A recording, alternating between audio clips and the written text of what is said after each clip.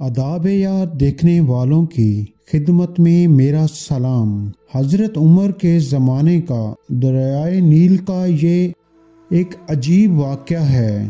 جب حضرت عمرو بن عاص رضی اللہ عنہ نے مصر فتح کیا اور اس کے گورنر بنے تو کچھ عرصہ بعد جون کا مہینہ آ گیا۔ مہینہ کے شروع ہوتے ہی مصر کے قدیم باشندوں کا ایک وفد حضرت عمرو کے پاس آیا، کہنے لگا، جناب امیر، ہمارے دریائے نیل کو ایک عادت ایسی پڑی ہوئی ہے کہ اگر اسے پورا نہ کیا جائے تو وہ چلنا بند ہو جاتا ہے۔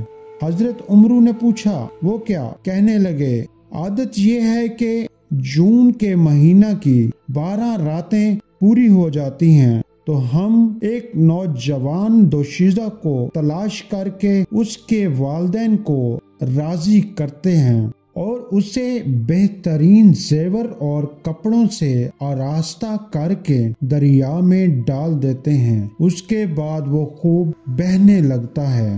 حضرت عمرو نے فرمایا، اسلام میں ایسا نہیں ہو سکتا۔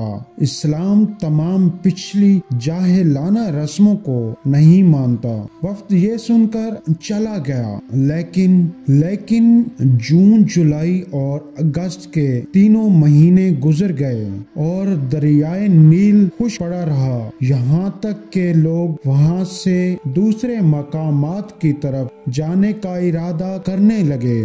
حضرت عمرو نے یہ دیکھا تو حضرت عمر کو خط لکھ کر مشورہ طلب کیا۔ حضرت عمر نے جواب دیا کہ تم نے ٹھیک کیا، اسلام واقعی پرانی جاہلانہ رسموں کو نہیں مانتا۔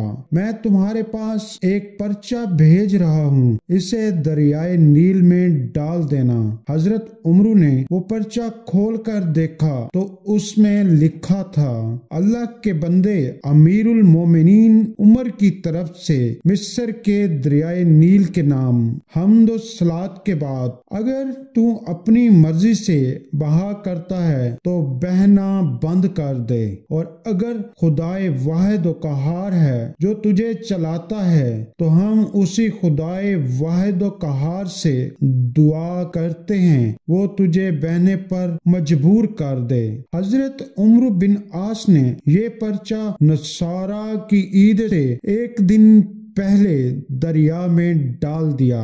مصر کے باشندے وہاں سے بھاگنے کی پوری تیاریاں کر چکے تھے، اس لیے کہ ان کی زندگی کا دار و مدار نیل کے پانی پر تھا۔ لیکن عید صلیب کے دن جب صبح کو جا کر دیکھا تو نیل پوری آب و تاب کے ساتھ بہنا شروع ہو چکا تھا اور ایک رات میں پانی کی سطح 16 ذراع بلند ہو گئی تھی۔